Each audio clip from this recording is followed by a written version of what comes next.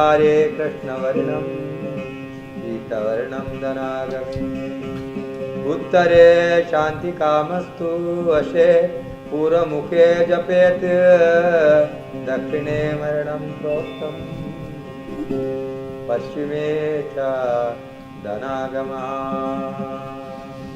मोहनं सर्वभूतानां बन्धमोक्षाकरं भवेत् देवराजप्रियकरं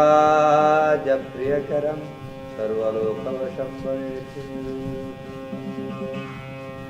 सर्वेषां स्तम्भनकरं गुणानां च विवर्धनं दुष्कर्मनाशनं चैव सुकर्मा सिद्धिदं भवेत्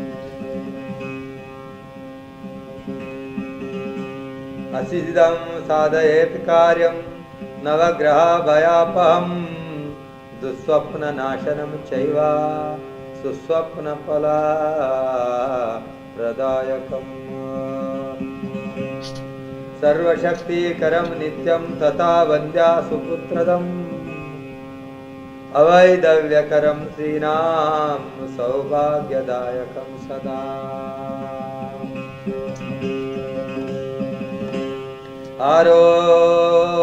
आरोग्यमैश्वर्य पुत्रपौत्रा प्रवर्धनम् अकमता श्री विधवा जपन्मोक्षामाप्नुयात् अवैधव्या सकामातु लभते चान्या जन्मनि सर्वदुःखमयं विघ्नं नाशयेत् छायारकम् सर्वाबाधप्रशमनं धर्मार्थकामा मोक्षादं यं यं चिन्तयते कामं तं तं प्राप्नोति निश्चितम्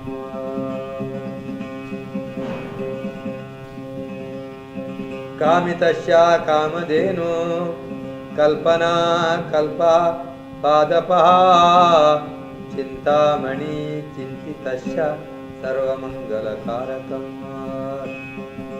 मोक्षहेतुर्जपे नित्यं मोक्षश्रियामाप्नुयात् भोगकामो जपेद्यो वै तस्य कामः फलप्रदाः जपे शक्तिश्च शौरश्च गणपत्यश्च वैष्णवा शैवश्च सिद्धिदं देवी सत्यं सत्यं न संशया अथा काम्य जपे स्थानं कथयामि वरानने सागरे वा सरीतीरे तवा हरिहरालये शक्तिदेवालये गोष्ठे सर्वदेवालये शुभे वटे च दात्री मूले वा मठे वृन्दावने तथा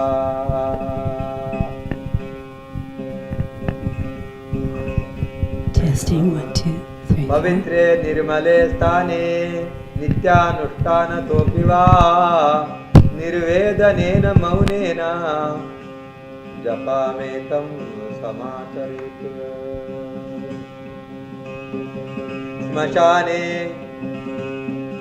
श्मशाने भयभूमौ तु कूटमूलान्तिके तथा सिद्ध्यन्ति दौतरे मूले चूतवृक्षास्तसन्निधौ गुरुपुत्रो वरं मूर्खस्तस्य सिद्ध्यन्ति नान्यथा शुभकर्माणि सर्वाणि दीक्षाव्रता तपांसि च संसारमलनाशार्थं पाशनिवृत्तये गुरुगीताम्बसि स्नानं तत्त्वज्ञा कुरुते सदा गुरुपुत्रो वरं मूर्खस्तस्य सिद्ध्यन्ति नान्यथा शुभकर्माणि सर्वाणि दीक्षाव्रता तपांसि च स एवाच गुरुसाक्षात् सदा साद्ब्रह्मवित्तमा तस्य स्थानानि सर्वाणि पवित्राणि न संशया सर्वशुद्धि पवित्रोऽसौ स्वभावाद्यत्र तिष्ठति तत्र देवगणा सर्वे क्षेत्रे पीठे वसन्ति आसनस्थशयनो वा गच्छेन् वदन्नपि अश्वारूढो गजारूढ सुप्तो वा जाग्रतोऽपि वा शुचिस्मांश्च सदा ज्ञानी गुरुगीता जपेन तु तस्य दर्शनमात्रेण पुनर्जन्म न विद्यते समुद्रे च यथा तोयं क्षीरे क्षीरं घृते घृतं भिन्ने कुम्भे यथा कश्च तथा परमात्मनि तथैव ज्ञानी जीवात्मा परमात्मानि लीयते ऐक्येन रमते ज्ञानी यत्र तत्र दिवानिशम् एवं विदो महामुक्ति सर्वदा वर्तते बुधा तस्य सर्वप्रयत्नेन भावभक्तिं करोति यः सर्वसन्देहरहितो मुक्तो भवति पार्वती मुक्तिद्वयं तस्य जिह्वाग्रे च सरस्वती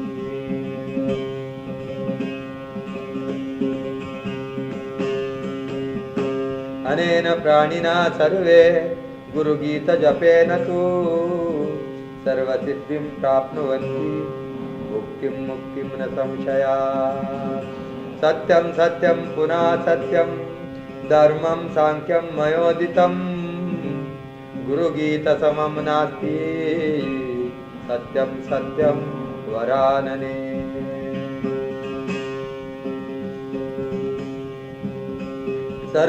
सर्वसन्देहरहितो मुक्तो भवति पार्वती मुक्तिद्वयं तस्य जिह्वाग्रे सरस्वती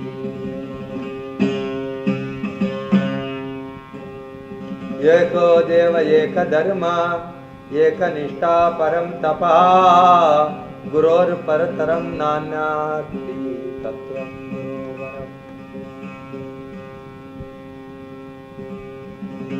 माता धन्य पिता धन्यो धन्यो वंशकुलं तथा धन्या च वसुधा देवी गुरुभक्ता सुदुर्लभा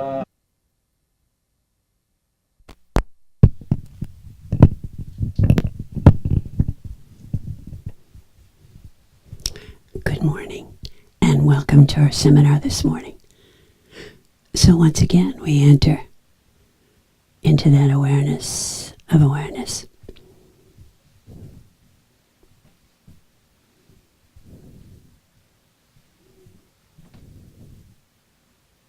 And if you like, you can take the mantra hum, sa, to enter that place of awareness, that space of awareness. Breathing in hum, breathing out sa. Breathing in hum, breathing out sa.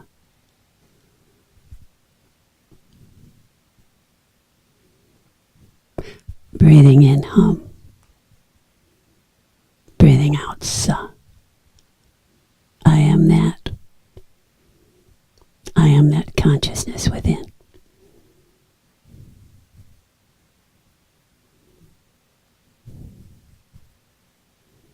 And as we do the mantra, as we say it, as we feel it, feel the resonance in our body, we open that space of the awareness.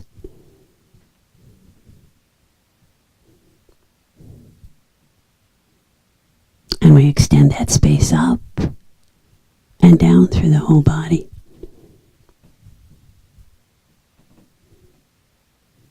Into the field around us. And we feel the resonance of the mantra. Hum, sa. Hum, sa. In the field around us.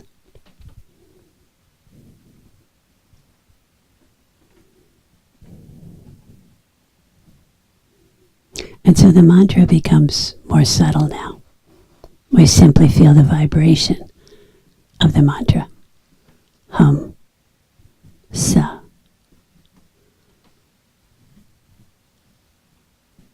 Hum, sa.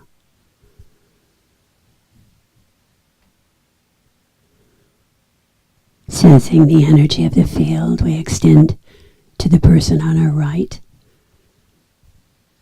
to the person on our left,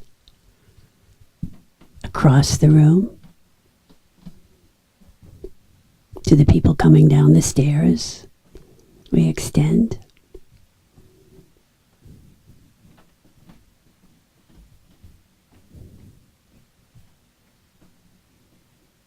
Again, feeling that resonance.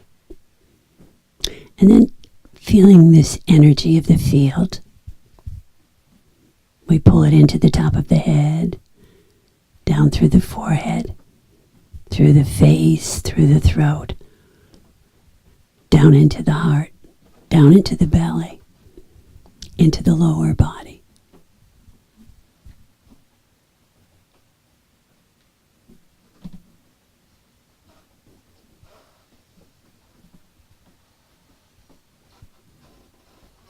And we amplify that energy from the back of the head into the forehead, the back of the head into the eyes, the back of the head into the throat, into the mouth,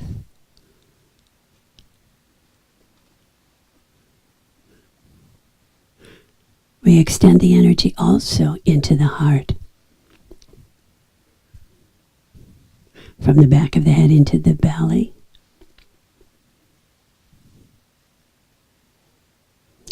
and from the back of the head into the lower body.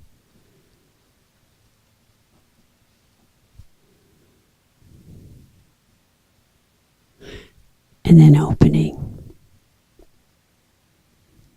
just a bit more in the heart.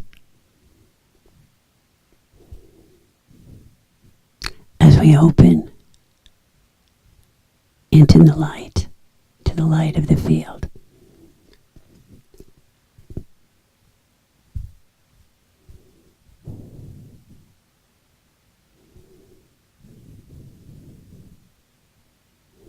And once again, we extend to each other in this field of light. We extend to the people on the Zoom as they extend here.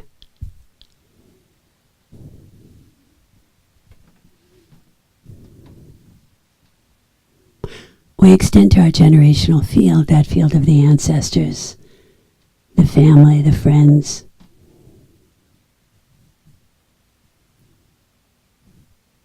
the great yogis we've known in our life. We extend to our root teacher, Swami Muktananda, this morning, Amachi, all our wonderful Buddhist teachers, Lama Norla, Lama Wangdor, Yangtung Rinpoche, Rigzen Dorji Rinpoche, Dr. Yen Xin from the Taoist tradition. We extend also to all our traditions.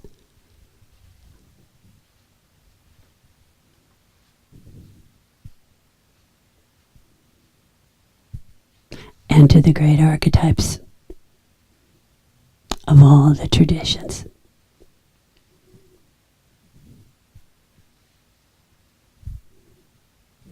So feeling that resonance in this transitional space of awareness with all these different realms of experience.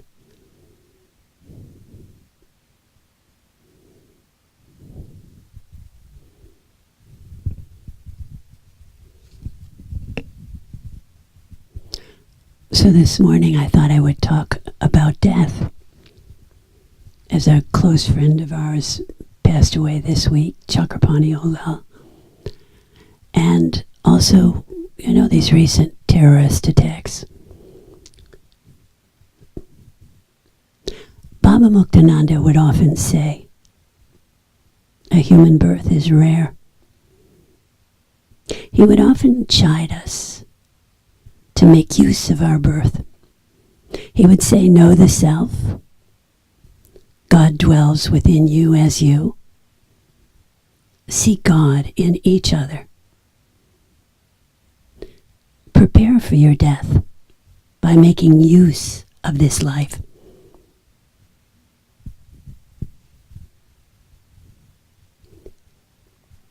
So one thing is certain about this life is that we will die. And fortunately or unfortunately, how we will die and when we will die is the great uncertainty. So throughout life, death conceals itself for a while, and then suddenly, someone we love dies, and we feel that loss in our lives. Where did they go? Do they communicate with us after death? Some people feel the connection with the person who has died and feel a real communication with them. Others feel communication with the deceased is impossible.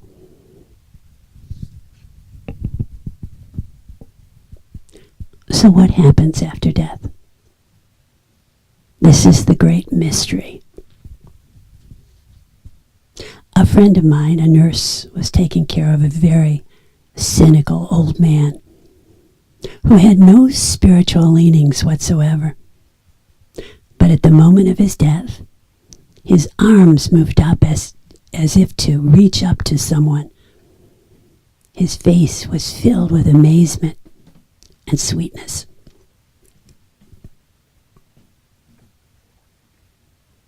Another friend's mother began seeing her former husband and close friends in a background of beautiful light as she approached death.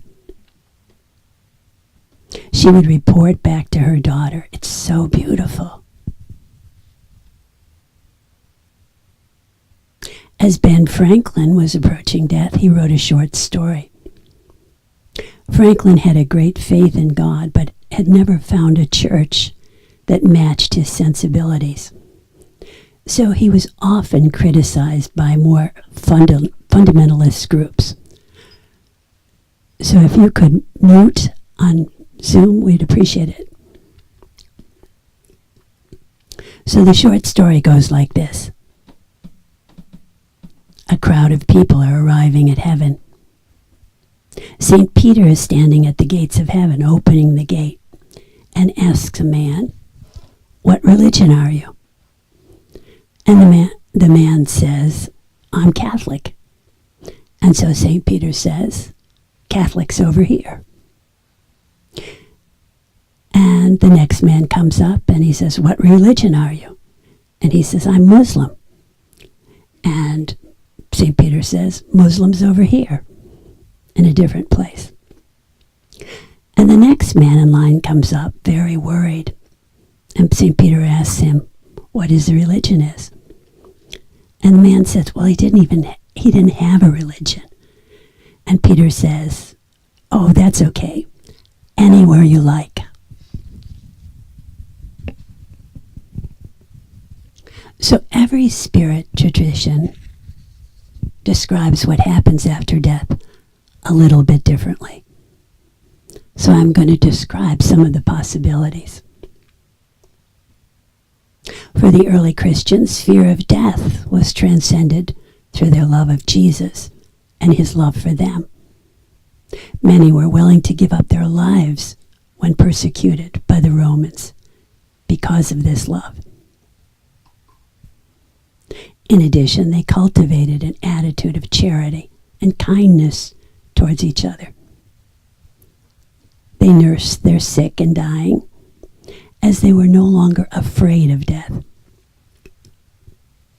The early Christians were lovers of Jesus, so to be united with Christ at the time of death was a great comfort and joy.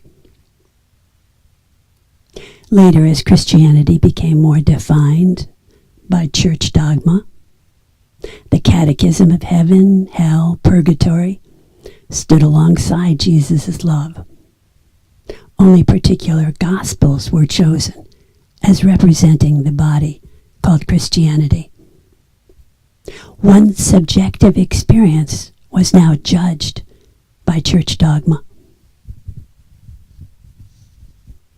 It is the church mystics, such as St. Francis of Assisi, who said, God loves us no matter who we are or what we've done. This mystic, Francis, confirmed the early mutual love of Jesus and his followers. Another mystic, St. Teresa of the Little Flower, serves as a model to practice in whatever small way is possible. Because of serious chronic illness, she was limited in her spiritual practice and actions. So in reading the Bible, she came upon a phrase, "Whoever is a little one, let them come unto me." So she became childlike and gave herself completely to every small task that came her way. She began writing her experiences and entitled her story, The Story of a Soul. She died at the age of 24. The Pope at the time canonized her as a saint because she had democratized holiness. Today, devotion to that love of Jesus and his mother is being renewed as many Christians reclaim their own subjectivity from church authority. So in approaching death, one is then able to experience that union with the archetype of the Christ in the form of Jesus, or in union with the archetype of Mother as Mary, with confidence.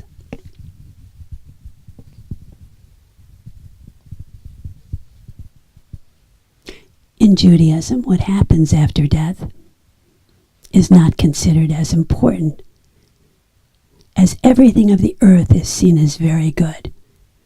And as the chosen people of God, the task of Judaism is to repair the earth. The soul does continue on in eternal life. Again, it is the mystic who clearly orients us to the quest of a particular tradition. So the Baal Shem Tov was considered very wise even as a young boy. And one day the Baal Shem Tov, as a young boy, was playing with toys. And his grandfather was sitting at a desk, musing about the nature of the divine. His grandfather asked, out loud, "What is the nature of the divine?" The boy said nothing. And then a few minutes later said, "Grandfather, grandfather." And his grandfather stood up and came towards him. And the boy says, "That's it, grandfather." "What's it?" said the grandfather. "The nature of the divine is the movement toward the other." So the nature of the divine is the movement toward each other. In death, the family often supports the deceased by saying prayers for at least a year. The Jewish community supports the prayer by gathering every day at least 10 people to pray.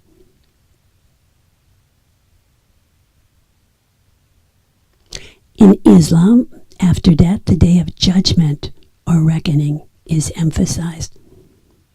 The soul then goes to heavens or hell.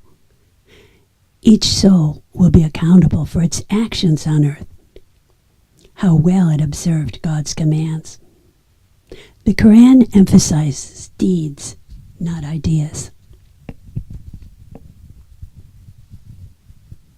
And again, we look to the mystic to soften the harshness of the fundamental rules.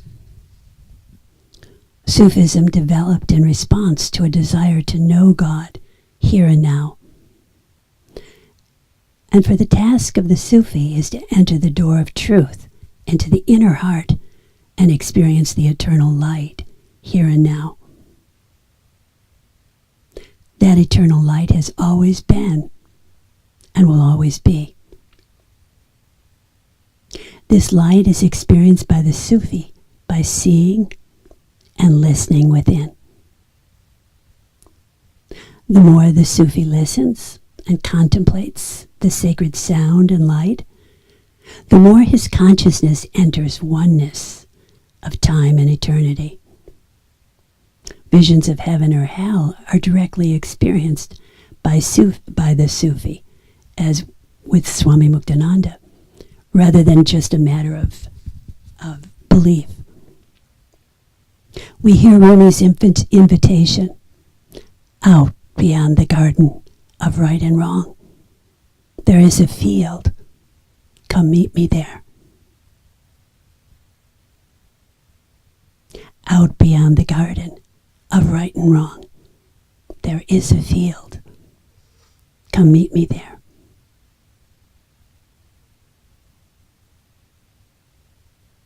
In Hinduism, death is considered an aspect of existence, an event in life. In Hinduism, the natural state of awareness is called Sat, Chit, Ananda. Sat is existence absolute. There has always been and will always be the existence of the absolute, the primordial field of awareness. And this absolute has the qualities of consciousness, chit, and energy. And this absolute has the quality of ananda, bliss, the light, the ecstasy of the divine. The goal of religious practice is moksha, or enlightenment. And it's understood that everyone reaches enlightenment eventually. In the great epic poem of India, the Mahabharata, everybody, the good guys and the bad guys, all end up in heaven together. The Bhagavad Gita describes death as a chapter in life. Chakrapani, the great astrologer, our good friend who just passed away, would always describe death as, it's like changing one's clothes. So dying and death are seen as the soul's thirst for the light.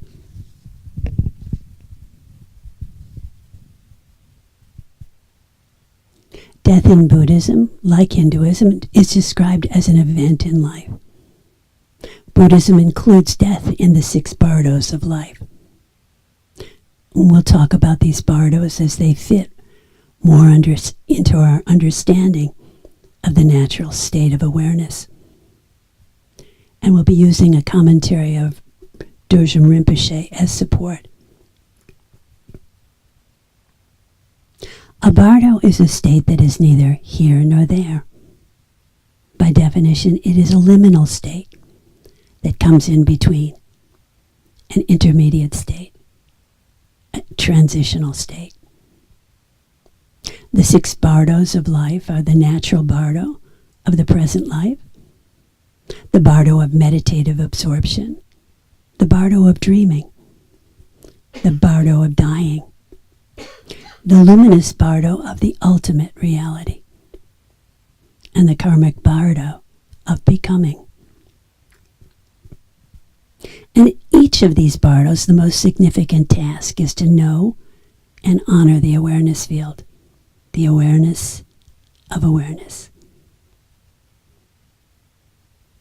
For it is in this field we can be conscious of the ultimate reality in whatever bardo we're experiencing at the moment. So the natural present bardo spans the time between birth and death. And again, the most important thing is to cultivate the awareness of awareness.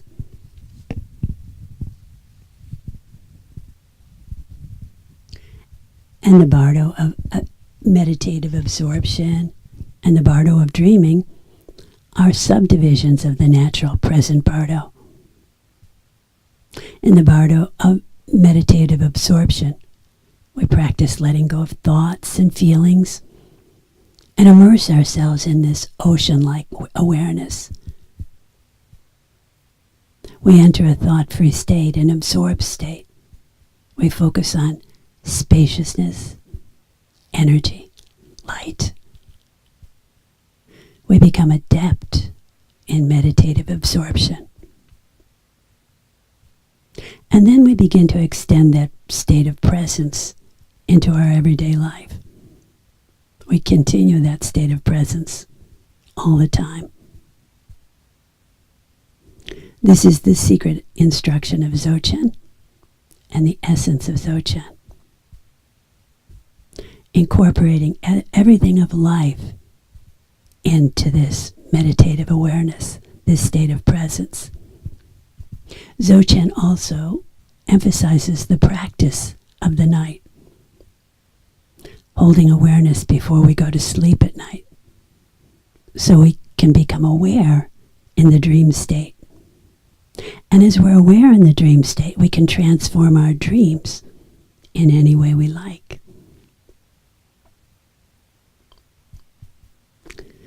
So the bardo of dying.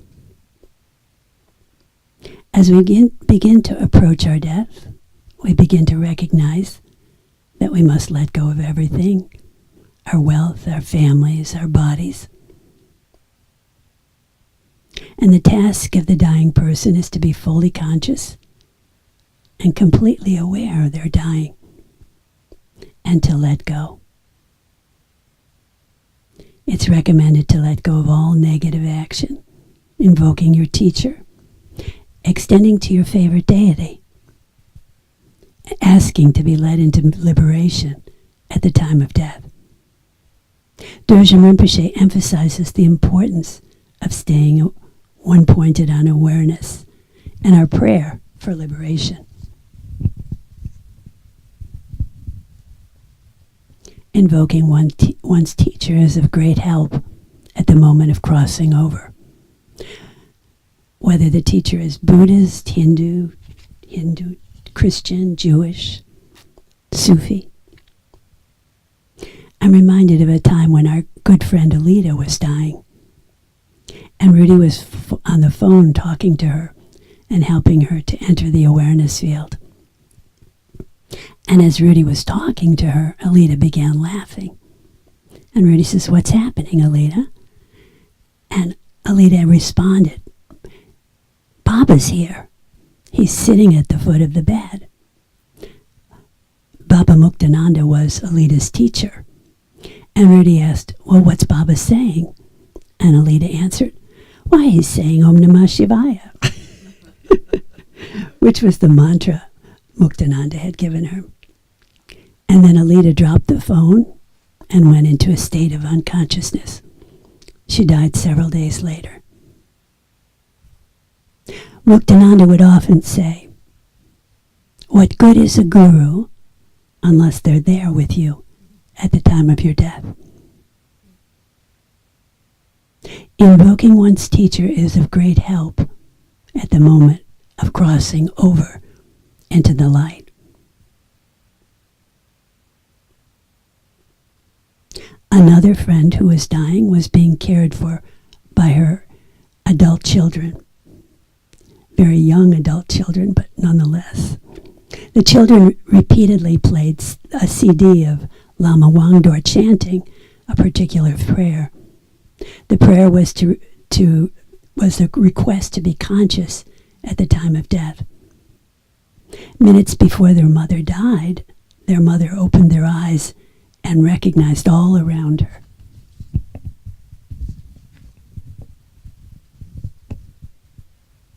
Buddhism says that initially a person faints into a blank, unconscious state, the 5 elements dissolving into each other. The essences in the brain and navel melt in the heart center and mingle.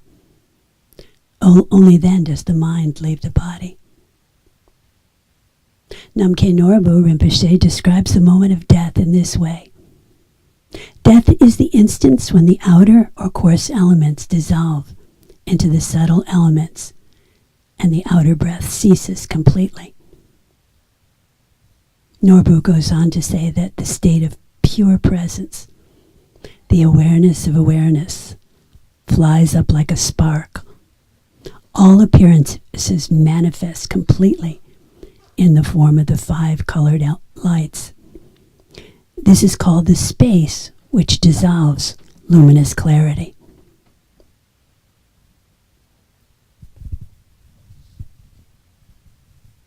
At this point, if one has been a practitioner of awareness throughout his life, he will be readier to recognize the light. Initially, the person faints into a blank unconscious state. Then consciousness manifests again as space and light. Then there is a meeting of the mother and child luminosities. If one is stabilized in the awareness state, liberation will take place. One merges into the mother light. If one is unable to stay absorbed in the light, one may see images and hear sounds. And the advice given at this point is to understand these images simply as configurations of light. These visions will pass in time. So feeling union with the deity you love will give you much comfort. This deity is ultimately the light itself.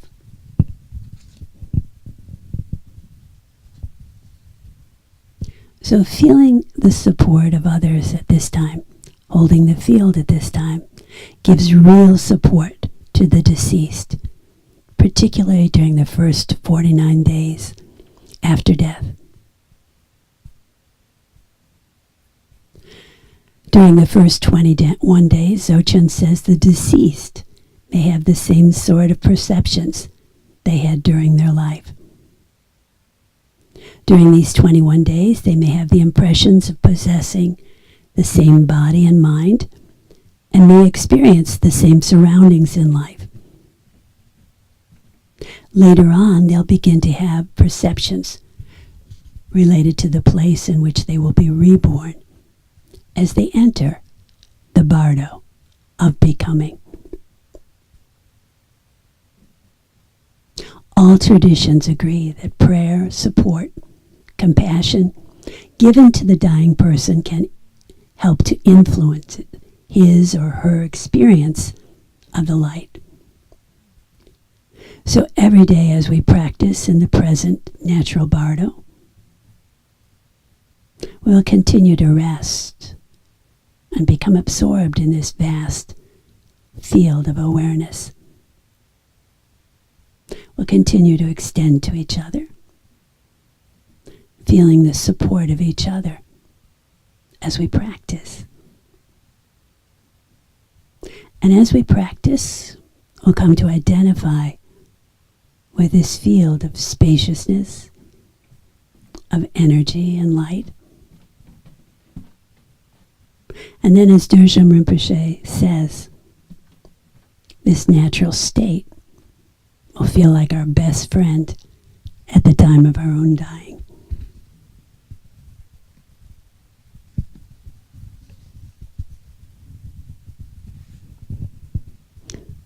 So once again, we'll enter that natural state and letting go. Breathing in hum, breathing out sa. Breathing in hum, breathing out sa.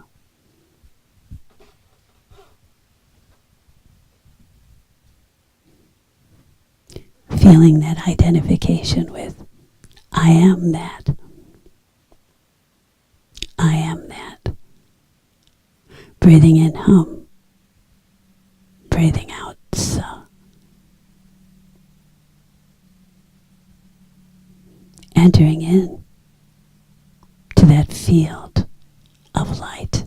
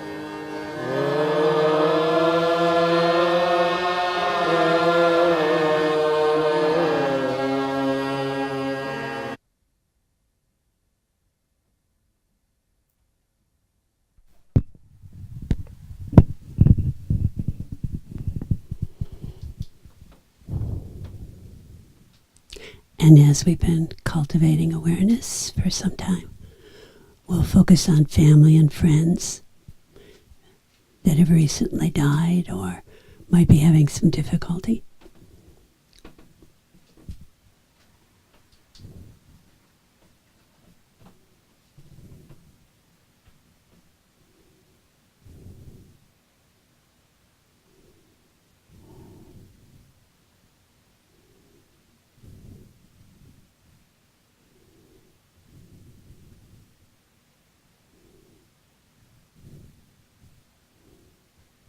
We'll also focus on the victims of the latest terrorist attack.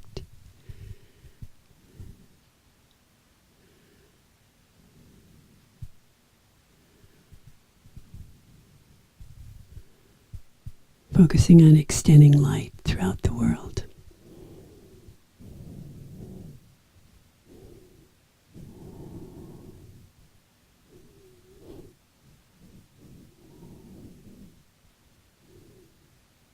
In whatever we're doing.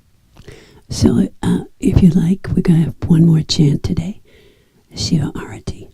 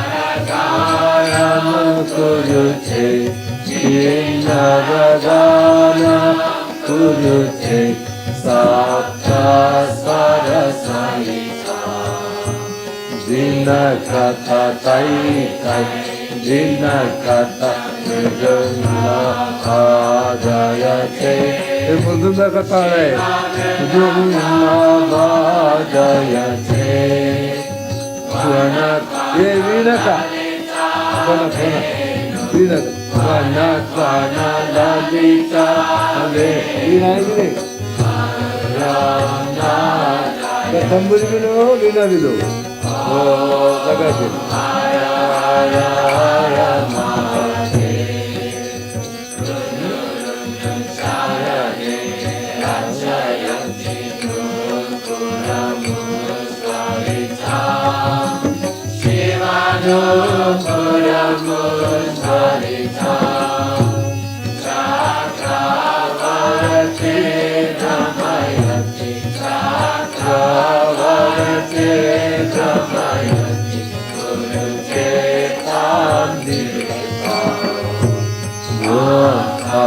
Lupa Supa Alamba Lupa Supa Shiva Salam Nadayate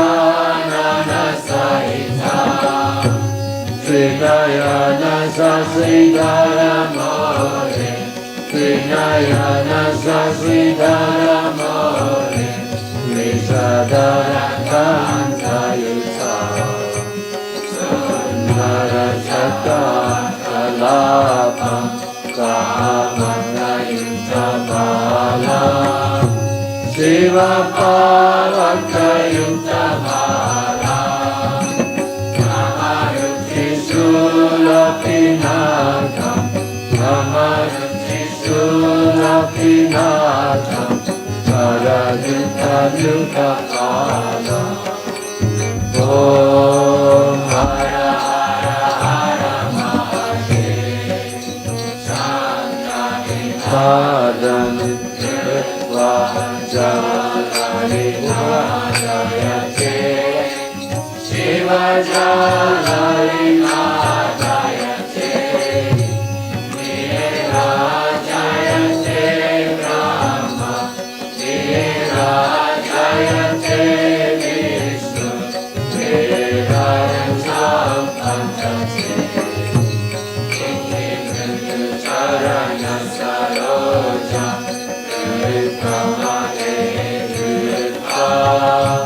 Shiva Kamane Kripa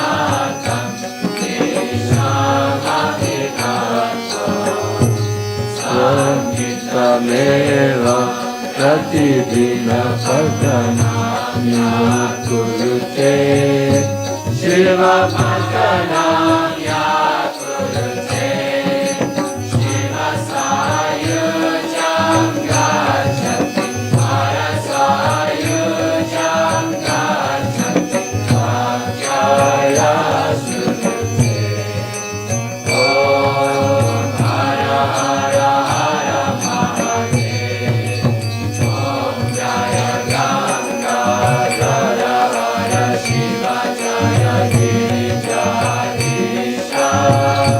Shiva Jaya Gauri Nata Tamam Paraya Nityam Tamam Paraya Shambho Vipaya Janagisha Om Hara Hara Hara Mahadev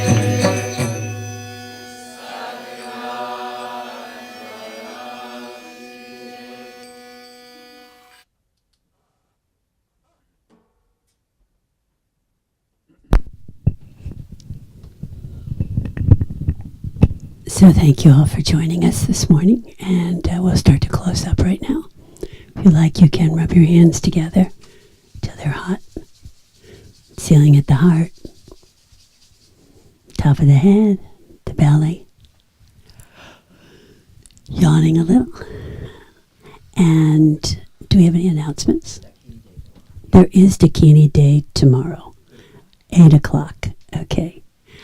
And next week,